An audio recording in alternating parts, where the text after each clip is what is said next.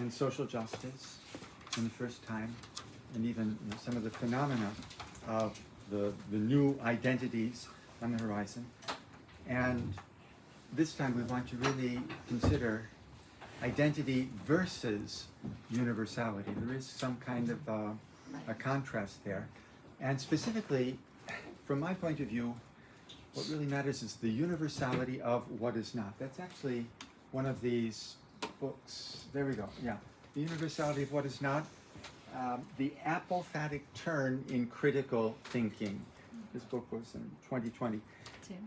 And this begins to bring apophatic thinking, thinking the unsayable, into contact with contemporary problems, including identity politics, but also cognitive theory, intercultural philosophy, media studies are some of the subjects that are taken up in this application of apophatic thinking, right?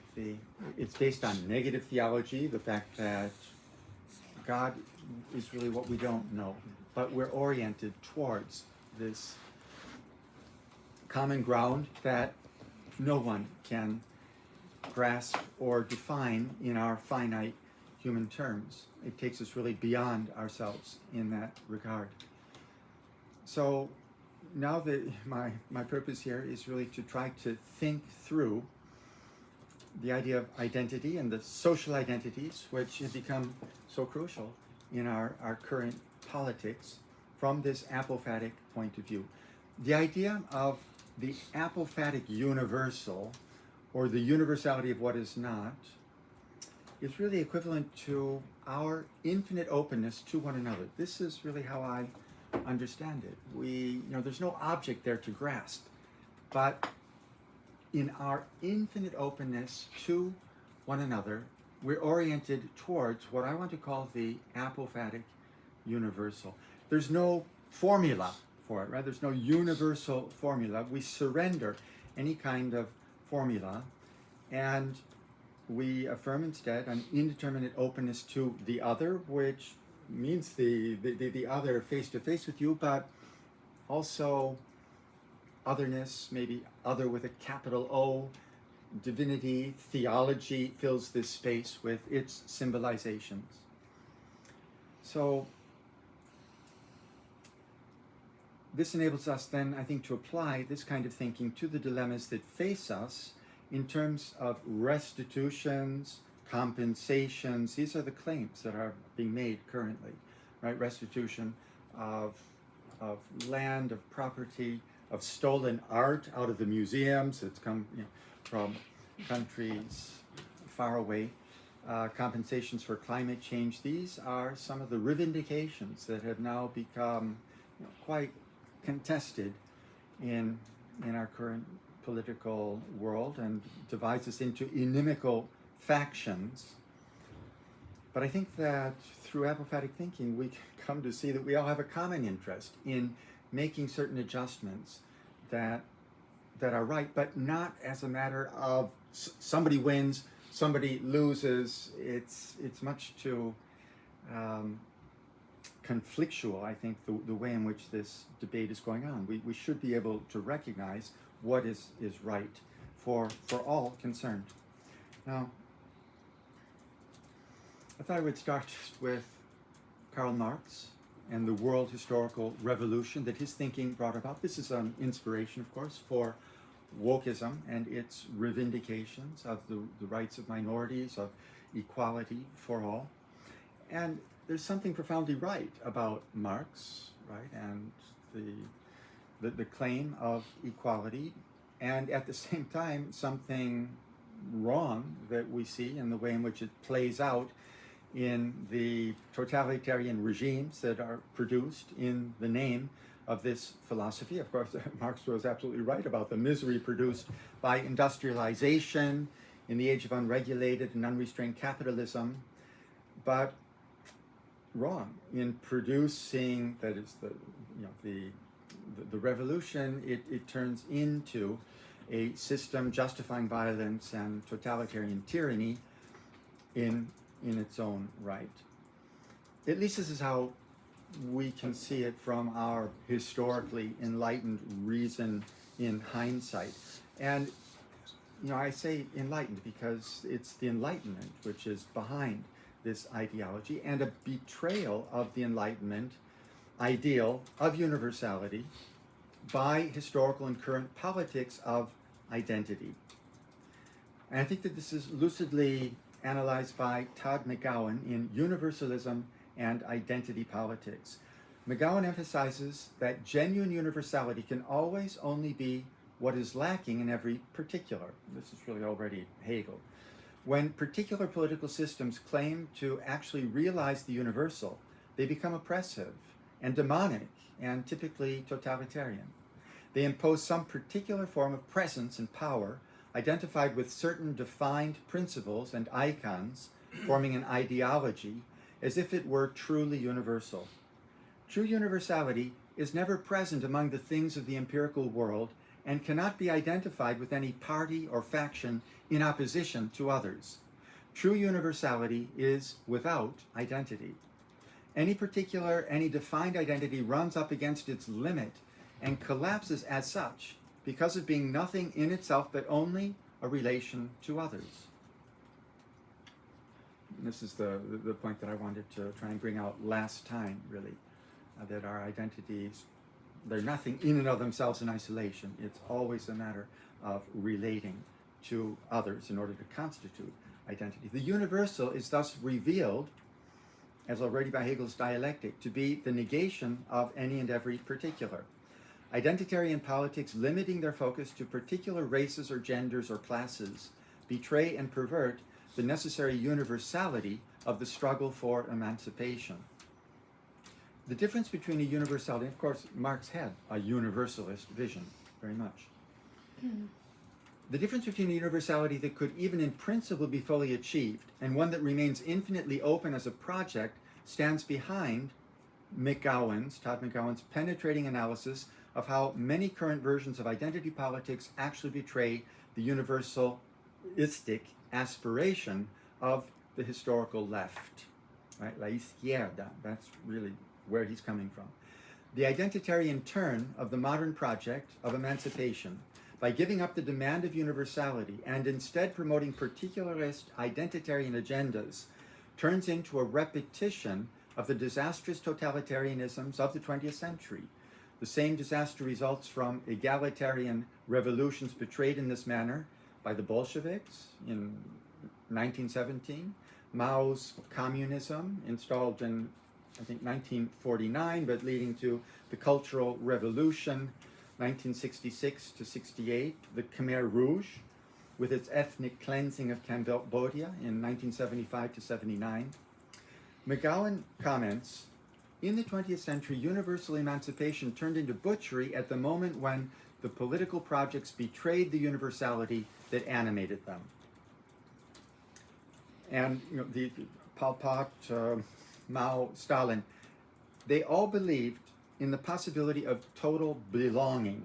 To that end, they tried to create societies in which everyone could belong, failing to grasp that universality exists because everyone cannot belong. This is still McGowan now. Through the failure of a social order to become all-inclusive. We cannot invent universality as fully realized and present, but must discover it in the internal limit that every society confronts. But these murderous projects viewed equality as a value to invent rather than as a value to discover. This is the formula for the Gulag. Equality that is, that's the end of the quotation. Equality that is humanly defined and imposed rather than discovered as an absolute existing already in the nature of things is oppression. And I want to quote a little bit more here from McGowan. When we root universalist projects in the embrace of lack, they look far different than the purportedly universalist projects that led to the Gulag or the killing fields, Cambodia. They do not try to impose a particular idea of equality, but instead pay attention to the equality of what doesn't belong. They ask that we treat those who don't belong as the bearers of universal equality rather than trapping them in the dream of total inclusion. So the inclusion of more and more identities, right? Coalition building is the term for this today, can never produce true universality. The very nature of universality is to be negatively defined and to remain infinitely open. Any kind of inclusion or belonging is based necessarily on non-belonging and recognizing exclusions. You know, it's only by not demanding that everyone belong,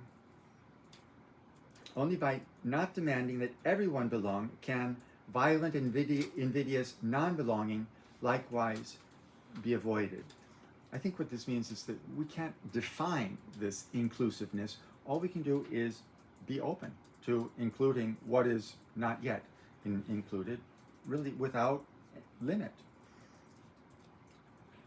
And one consequence then is that no one really belongs. We can discover universal solidarity only through what doesn't belong, not through the act of belonging. That last sentence is from McGowan as well, who explains that in this sense, it is what does not belong that is crucial to universality. The universal is revealed as essentially absent and unidentifiable.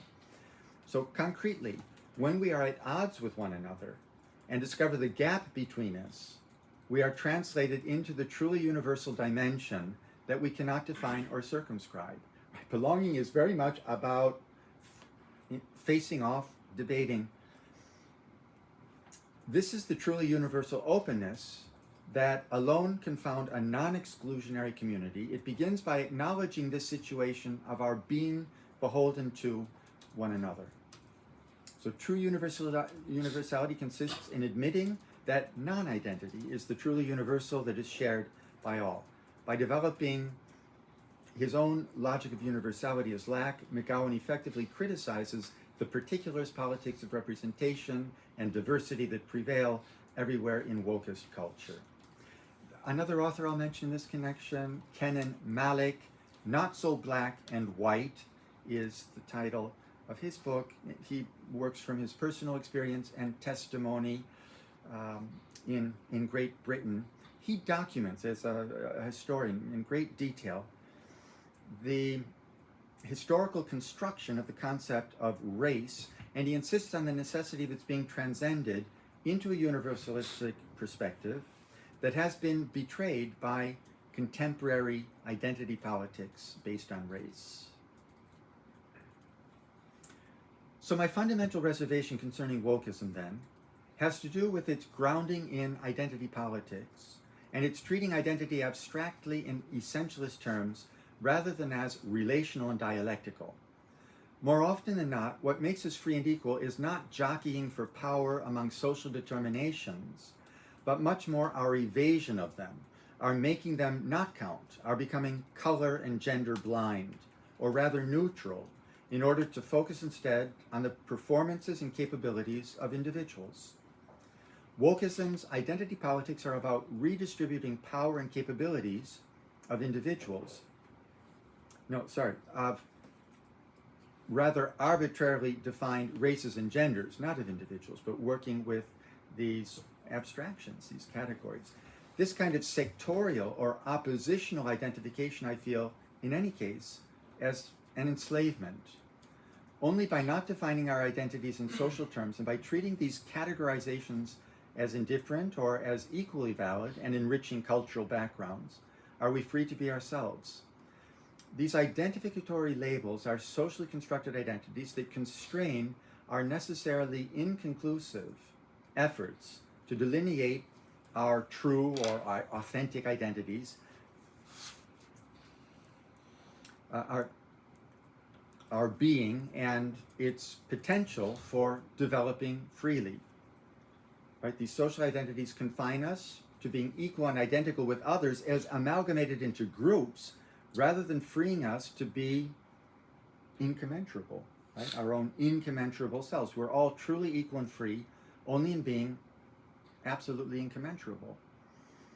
Once we are free of identity categories brandished as if they were inescapable fates, assigning us our place among either the guilty or the innocent, we are free to redeploy our colorful and richly historied heritages as women or men, black or white, yellow, brown, or queer, or straight or gay, or whatever, and use them creatively to discover and invent ourselves and disclose ourselves to others.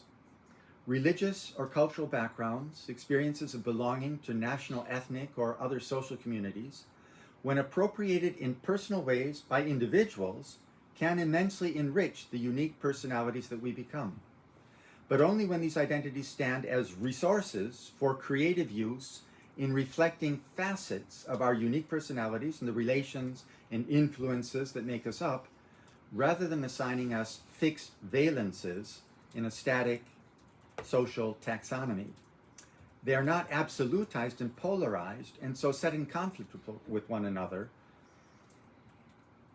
If they're not, then differentiated identities can be an enrichment for each individual and for humanity as a whole. A new generation of individuals with diversity markers are being trained, or at least encouraged and induced, to feel themselves unapologetically me. I take that phrase, it's from a hiring video for actually the CIA. And yeah, there's an individual, I don't know, with lots of different identity markers that you might be able to guess, and who is saying, I am unapologetically me. And this seems right, certainly at one level. Why should anyone feel that they need to apologize for who they are? Yet personally, and I'm not alone, I feel ashamed of all of my social identities, white, male, straight, undoubtedly because of the vaguely woke culture avant la lettre in which I grew up and was educated.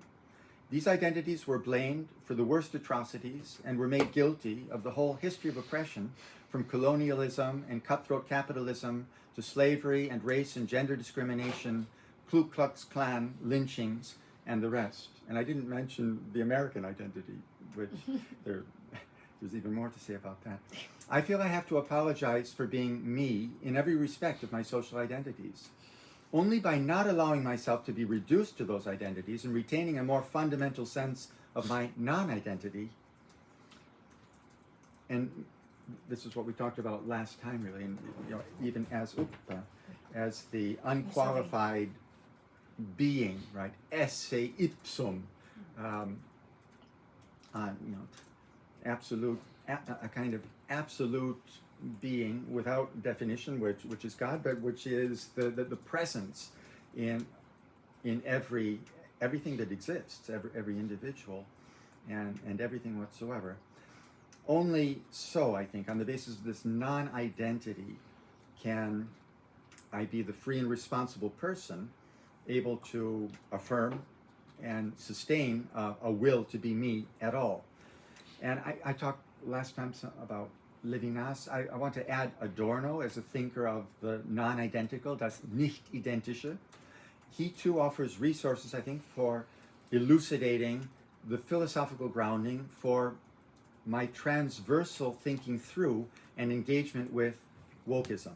I invoke him alongside Levinas as the thinker of the infinite obligation to the other. I think both of these thinkers of alterity furnish elements for thinking philosophically the notion of kenosis, or self-emptying, modeled by Christ in the scriptures. And Christ's self-humbling, even unto death on the cross, right, Philippians 2, to expiate the sins of all, represents a radical alternative to blaming and shaming others. Such an act indicates a way to interrupt otherwise fatal cycles of retaliation.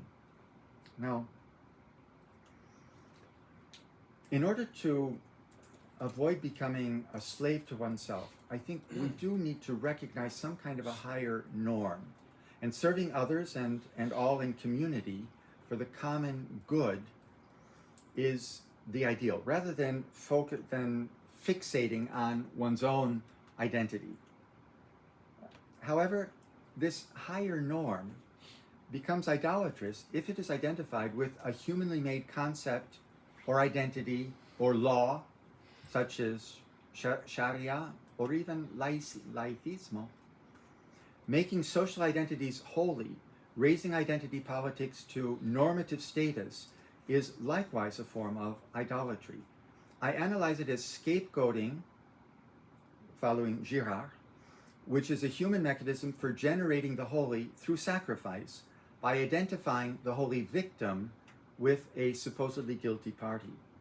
This too is idolatry, working through the misidentification of the holy or divine with a human construction.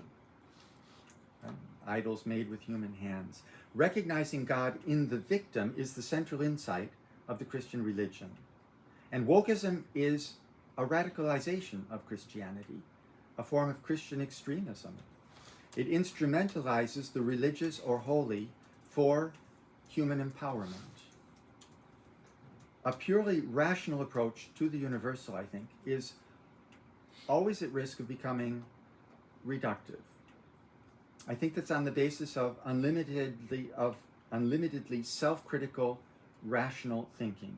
That is, reason must work with its others, notably emotion, intuition. We don't need a specific idea of religion or of divine truth or of God in order to think the universal. In fact, the universal as such is unthinkable, though it calls for thinking, right, as Heidegger, yeah? Was heißt denken? Thinking of a self-subverting and self-transcending sort. I think this is the ultimate realization of rationality, which is critical reason. This is the spirit of the Enlightenment. And it has to become self-critical, reason critiquing the limits of reason itself, so that it actually undermines itself as having any kind of access to absolute truth. And it has to open itself to dialogue with, relationship to others, its own others. I think this is really the full rationality that completes the project of the Enlightenment. Only then can it understand the role of religions as well, and the role of religion in politics. Reason enters into dialogue then with its own others. And I wanted to mention Professor Herrero's book, Filosofía Política de la Antigüedad al Mundo Contemporáneo. It gives us a panoramic vision of the history of political thinking since the Greeks, through the Middle Ages, to modern and postmodern thinkers. And it enables us, I think, to see how religion has played this role of presenting an external norm that rational secular thinking has tried to recuperate for itself on purely rational terms. Although rationality finds itself to be necessarily oriented by a norm beyond itself, right, this other that I was just speaking of, that it can apprehend only negatively by its own self-abnegation. The law collapses into and reposes on love, or else we have some kind of tyranny. What I'm saying is that I think this tradition of political thinking, as it's wonderfully reconstructed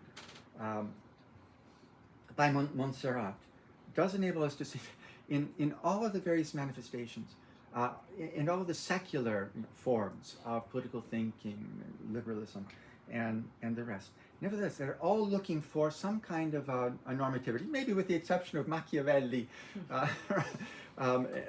but not wanting to embrace any kind of otherworldliness. Nevertheless, there's always some exigency of a norm that is binding for all, right? Beyond whatever their own cultural limits. Now, the Cultural Revolution, spearheaded by wokeism, insinuates that the West colonized and subjugated the rest of the world because its people, or at least its dominant white males, have been more unscrupulous and more immoral than any other race or sex or region.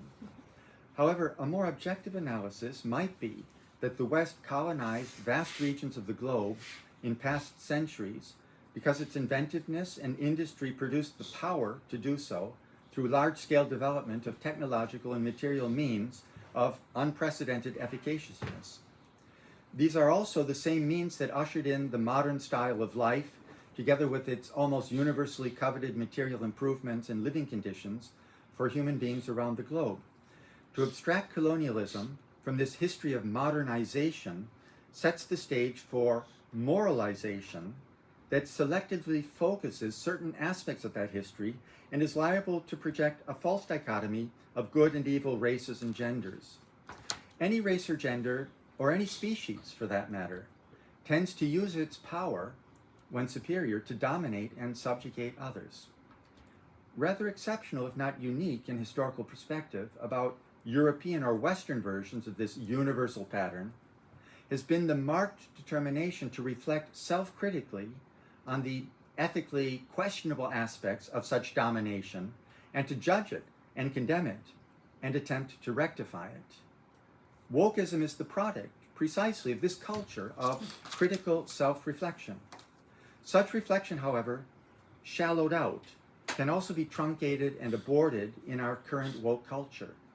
Rather than being preserved as an instrument of critique, self-reflection can turn into another weapon used for exerting power. The history of modernization and its attendant subjugations is turned by ideological abstraction into a pernicious mythology projecting images of an evil race and gender.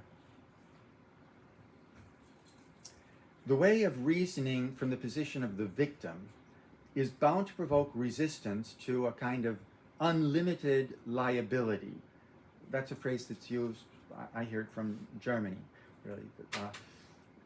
I think other Western countries as well, in resisting this unlimited liability for claims to indemnity or indemnification on the part of developing nations due to the damage to the environment from industrialization. No one could ever pay enough for loss of life and well-being due to climate change, for example. Now, we do have unlimited responsibility to others. As Dmitry Karamazov in Dostoevsky's novel poignantly realizes, but it is always in a context that reaches beyond our control. As Don Quixote's escapades illustrate, such responsibility operates not in the same sphere as finite determinate human claims. For these novelistic protagonists, total responsibility is regulated by God, not by humans, even though that does not prevent Don Quixote in act and Dmitry in conviction from being ready to intervene at their own risk in the attempt to set right every situation they perceive as wrong or unjust. It is just the pretense to have a total system or formula that proves to be illusory. I want to suggest that social justice is perhaps something of a misnomer. Society is an arena of struggle among identities, whereas justice is transcendent and non-identical, unique and incommensurable. Does justice come from society, or does its source have to lie elsewhere? Much Marxist thought conceives of justice as a social production, but this is perhaps only a very modern and narrowly secularized view. Prior political theorists seldom expected justice to be social in its origins and foundations. Justice, we can find this from Montserrat's survey. Justice was more commonly thought to be written in the heavens. Society is an arena more of injustice. From the height of the starry heaven, Dante sees the earth as the flower bed that makes us so ferocious. In Paradiso. A lot is loaded into speaking of justice as social. The phrase seems to assume that justice should be generated by society. That assumption might itself be a misunderstanding destined to produce injustice. Can society take control of determining justice? Perhaps adjustment, rather than justice, is more plausibly the jurisdiction of the social. The social is a realm of mutual adjustments between forces. It's impossible for an absolute such as justice to be realized socially except in very partial degrees. The social is a relative sphere of compromises. It cannot comprehend the absolutes of justice. Justice does have to operate in the relative realm of human action and reaction, but justice in the strict sense is never quite attained or achieved. it can only be striven after.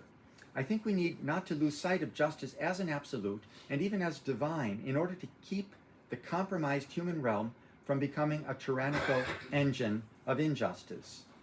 We take certain principles to be absolute, but when they are refracted and deformed by our own culture and language, they are not truly universal and may become oppressive for others. Only this reflective awareness of limits can save us from the injustice of insisting on our own way or right and turn us toward an openness to justice as coming from beyond us. Justice cannot be imposed by anyone. It can only be received through cooperative effort, potentially with all others. The recognition of an absolute justice that exceeds human laws and systems requires an openness to others and their values and to their different sense of justice. Of course, we always ask and should ask, whose justice? And society tears the universality that seems to resound in the word justice apart. What is just for one faction is not just for another. Can we answer God's justice? Well, certainly not to everyone's satisfaction. The truly universal cannot be defined socially. And I go back to McGowan as demonstrating this. The terms of definition are inherently oppositional. Justice has to be blind to social identity and difference. Justice like love, Cupid, in the depicted in Renaissance iconography, is blindfolded. And I do want to get now some of these images up here. This image revives. Let's look at this.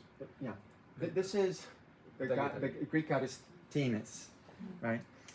Blindfolded, and this image represents in early modern times the discovery of the universal that emerges with ancient Greek philosophy and is iconographically represented in Themis, who is the Greek goddess of justice. I think the intuition behind this representation is that justice cannot be safeguarded and delivered by formulas or by a focus on particular identities. There's something divine about justice that must be respected as reaching beyond all of our inevitably limited human perceptions and appropriations. Justice harbors the spirit of the laws, which necessarily exceeds any positive legal formulation and human application of them. The law is important precisely for its limits that point us beyond what can be legally determined. The intuition is embodied poetically by Dante with this figure of the goddess Fortuna. I think she's up there. Fortuna, here we go. Yeah, they should come more or less in order. You see the wheel of fortune. And this represents especially the economic aspect of social justice. This is punishing the avaricious in hell. But like Sisyphus, the avaricious roll boulders around a semicircle only to have then the prodigal push it back in the other direction. This goes on right in vain for eternity. But Dante represents Fortuna as a minister of God, a deus, making wealth change hands constantly. No one can keep it rolling in their own direction for long because fortune is constantly subject to ebb and flow. It seems totally random in our human sight, although for Dante, the providence of God is accomplished precisely through this apparent chaos. We can keep it up for a while here. This traditional insight into the negative nature of universality is represented iconographically by the blindfolded Egyptian goddess, it should be the next one. The next. Yeah. Of truth and justice. This is Maat, as well as by the Greek goddess alongside Themis. But this representation of the blindfolded goddess is now being canceled under the influence of post-colonial revisionism. India's Supreme Court recently unveiled a version of the statue, and I think it's the one that we see there on the right, without the blindfold, with open eyes, accompanied by a statement by Justice Chandrachud overruling the ancient tradition through an ideological stance asserting justice's ability to see all equally. All right, we're going to open our eyes to social determinations now. This is the woke wave.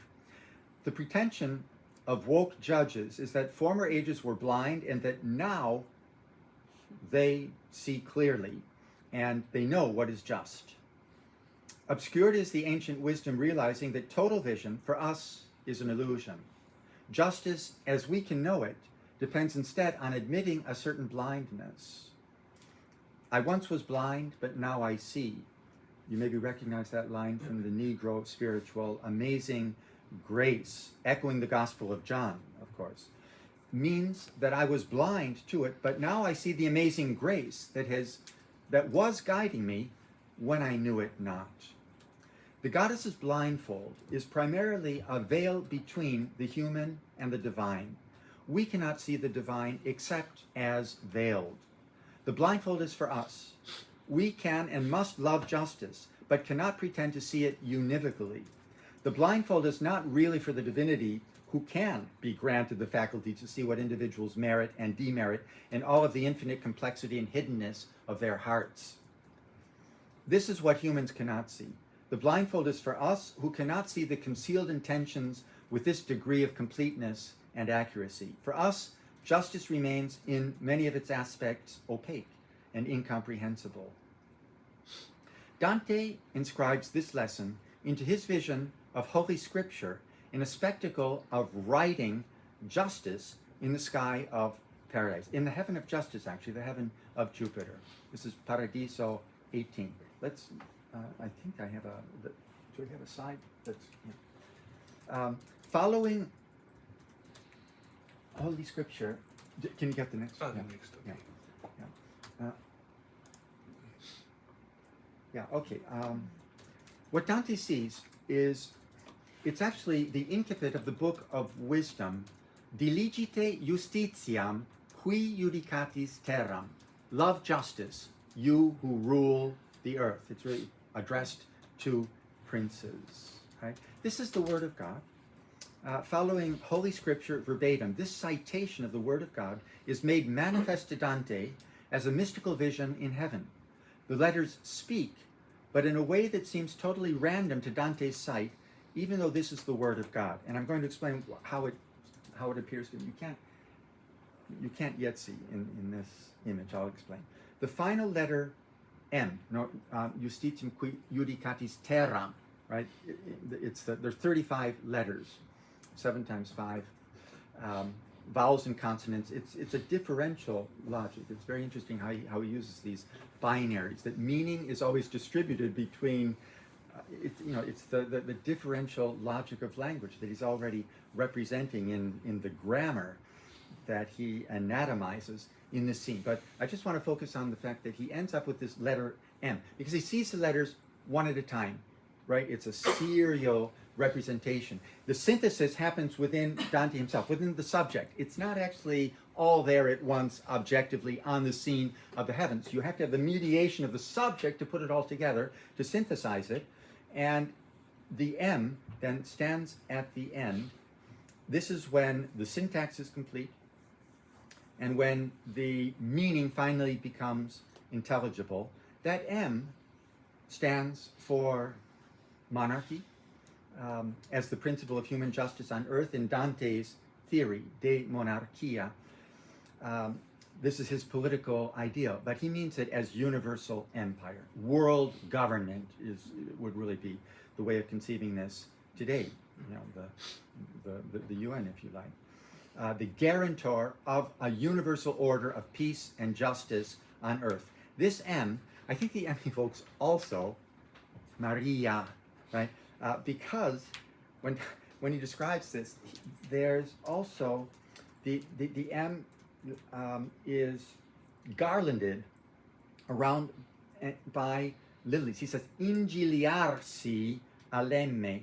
He verbalizes it. This is one of the extraordinary things about the language of Paradiso. Everything is verbalized ultimately. There are no things statically, in the nominative case. It's all event, this event of revelation, the event of divinity.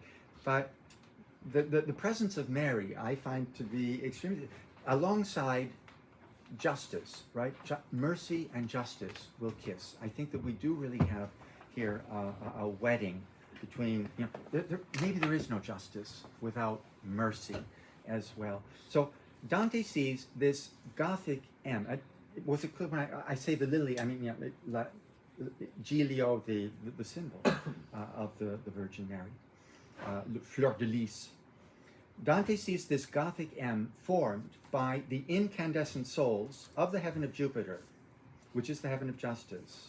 The just souls of this heaven are sparks that form this letter that then explodes into an apparent chaos as when a firebrand is struck, right?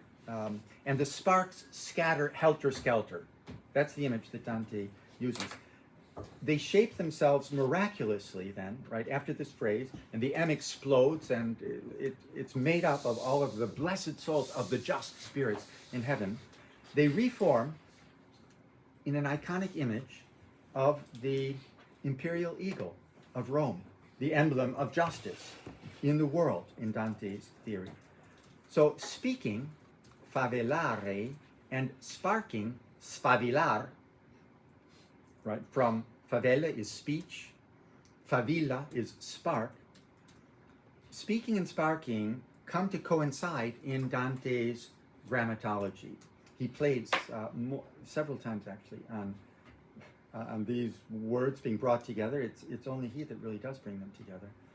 A divine intention is expressed, a divine speaking, right, in the apparent chaos of material combustion, right? And it's all just random sparking. Justice seems to be completely random to our eyes, although it is guided by divine providence in every minute determination, every seemingly random motion of every spark in the explosion. Heavenly justice has to appear as blind chance to us in order not to be subjected to any of our finite rational schemes of comprehension and thereby be reduced to an idol. All right, this is how I interpret Dante's scene here. In some sense, I think we need to be oriented to justice written in the sky in order to avoid the deadlock of endless social strife between our incompatible interpretations of it. Justice could also be written in the land. The American Indians recognized life on the earth as inscribed with some kind of principle of justice. All justice had to be grounded on respect for the ground on which we live and think and act. This is the universal as transcendent or as transdescendant. Jean Val develops a theory of transdescendence. But as in any case, beyond the grasp of us who are grounded by it. And we're normed by it and by our seeking of it or after it. An apophatic vision of being justly governed requires us to respond to a law preceding us and higher or lower than, beneath our conscious awareness, than all that we can legislate, although we alone remain responsible for our interpretation of this higher law and need to answer to our fellows for all our interpretations and applications of it. So I'm saying recognize this higher law, but you can never say that, well, I was commanded to do it. It's not my doing. No. You're always responsible for the way in which you interpret and apply the absolute to which you are in relation. Let's hope. Caring for, and I'm coming here to conclude. Some concluding remarks here on dealing with evil non-dualistically and letting power implode. Caring for and compensating disadvantaged groups is at the core of woke ethics. Wokeism, to this extent, is exemplary of an ethically inclusive approach to structuring and managing society. Still, the type of concern represented is very material in nature, oriented to equality of wealth in monetary terms. Furthermore, wokeism is oriented to identity groups because they are the key to generating social traction and political power. But this sort of politics is bound to lead to factionalism rather than inclusiveness. We have to allow for a universal perspective which cannot be identical with our own. Only such an openness to this universal beyond our grasp can enable us and others, all others, without exclusions, to unite. Religions figure this dimension in terms of a transcendent divinity. Humanisms can understand it as a dimension of infinity intrinsic to human being or existence in its inherent existential openness, Dasein. Such openness requires us to relate beyond ourselves and to recognize our own being as relative to this beyond, which is our common origin and destiny, beyond anything that anyone can define, in which all others share and on which all depend.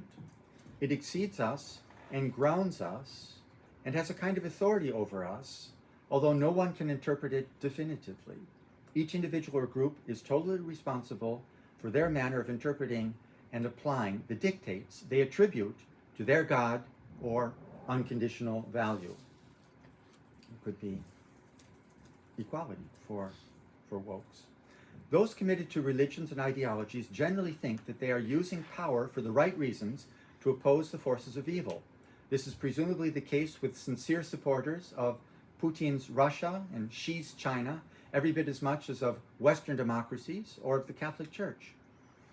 The catch is that the drive for power itself gets the upper hand and becomes its own reason for being. This self-justifying reasoning posits or premises the need for power in order to do anything at all, and especially for doing the good that one intends. However, this is a sure recipe for brewing evil and concocting hypocrisy. We see a lot of this in the woke movement. The will to assert one's own power over others is the banal essence of evil, more than the monstrous boogies conjured up by our propaganda machines, whether in the guise of communism or capitalism or godlessness or fanaticism and radicalism. When we pit our power against theirs, the fanatics, the imperialists, the extremists, the reactionaries, then it becomes a matter of good over evil and of resisting the supposed forces of darkness and destruction. We fail to see how we participate in evil by this very act of warring against what we perceive as evil, not in concrete specific acts, but in generalized stances against beliefs or identifiable groups that we hold to be evil. The standoff between Republicans and Democrats in US politics can slide into such a mythic register. This happens whenever we fail to recognize the power beyond our own that gives us life and being, beyond all ideological commitments, our own and those of our supposed enemies. We usurp for ourselves the power to judge what or who deserves to be or not to be, and this distorts our perception of our relation to others, all others, as equally gifted with life and being. I believe that recognition of an otherness beyond oneself and all tangible others is necessary to frame, or rather unframe, the arena within which we can relate to others and negotiate with other human beings for the sake of collective benefits and establishing common purposes. This awareness opens a religious or spiritual dimension of life, but remains critical of all positive religions and political ideologies. Now, Noam Chomsky and Edward Herman's landmark Manufacturing Consent, the Political Economy of the Mass Media, or Jordan Peterson's, right on the left or the right, Jordan Peterson's appeals to individuals to be true to their own convictions in defiance of the reigning social orthodoxy, which confronts us today in the form of wokeism, both appeal to break out of collective delusion, right? This appeal rings out left and right. However, I think these approaches to power are oppositional. They can be subjected to deconstruction a la Foucault. To my mind, the way to undo power cannot be to frontally oppose it with counterforce, but rather to recognize the power of affirming our own impotence in relation to a power beyond and above all the powers mustered by men and women, or by whatever kind of human being. This is a negative theological recognition of a power that we can participate and share in together with others, but can never appropriate directly by our own will. It is a power that manifests itself concretely in giving up power. It is the power of love. This is the power, or rather, the kenosis of Christ, but equally of Krishna, Buddha, Milarepa, Hafez, Crazy Horse, Gandhi, Martin Luther King. you name it. An object lesson in this type of love is provided by Roger McGowan. This is a different McGowan, not Todd. A falsely convicted black man on death row in Texas. There have been many books coming out of Switzerland, especially about him. He uses his suffering in an inhuman penitentiary to engender love and compassion even toward those whose job it is to punish him. The power of love issues in a nonviolent form of resistance aligned with kenosis that undercuts all parties in their respective politics of domination. It requires us to recognize a power greater than our own at work between and among us in order effectively to resist the imposition of power by some on others. Such imposition of power is always a compensation and a camouflage for weakness or fear of weakness. It only needs to be unmasked as such. We need to reflect back to the oppressor not recognition of their power by resisting it, but instead the exposure of their manifest weakness and fear as what provokes their resort to force. Only so can we convert the human tragedy into a divine comedy of reciprocal support in a common project of building our world together. Of course, one side will not budge without the other on its own. Only interaction based on the perception of reciprocal vulnerability and common interests can motivate collective action, issuing in the embrace of an encompassing whole of which we are all parts. Okay, good. I think that's where I'll leave it. Is that okay? Yeah. It's okay. Yeah. No, there are lots of empty spaces in all of them in holes, and we'll let them. Okay. Okay. We can have now 20 minutes for questions, if you have questions. David? Thank you. I have two comments / questions, if you like. You can respond to them as you wish. The first one is maybe a little mundane, but I'm just going to take this quote, "Justice remains for us opaque and incomprehensible," and give it a little bit of a slightly twist, maybe that you didn't intend, but in relation to all of the kind of political, woke debates, identitarian debates, ideological debates, some of which you mentioned, like, say, climate justice, as an example, climate justice. It seems to me that one of the characteristic features of these debates is that the people who are intervening and making claims in those debates don't actually know much about the scientific basis for their claims. So, for example, they assume all this causal links between particular causal links between human interventions and climate change, and they can even, at times, they can even measure it in some sense and give it a carbon footprint and everything and measure it, etc., etc. And if you start to even scratch the science behind it, you realize that there's an enormous complexity. Right. So I guess I know this is kind of going past your big, more mystical points, but it seems to me that the more mundane point, that these ethical confrontations are actually very often related. There's an epistemic problem, which is that the people engaging often have no idea what they're talking about in relation to the scientific basis for their claims. So that was one point. Do you want to? Yeah, I take that point. Point, but I don't want to separate the epistemic question from the rest, even though that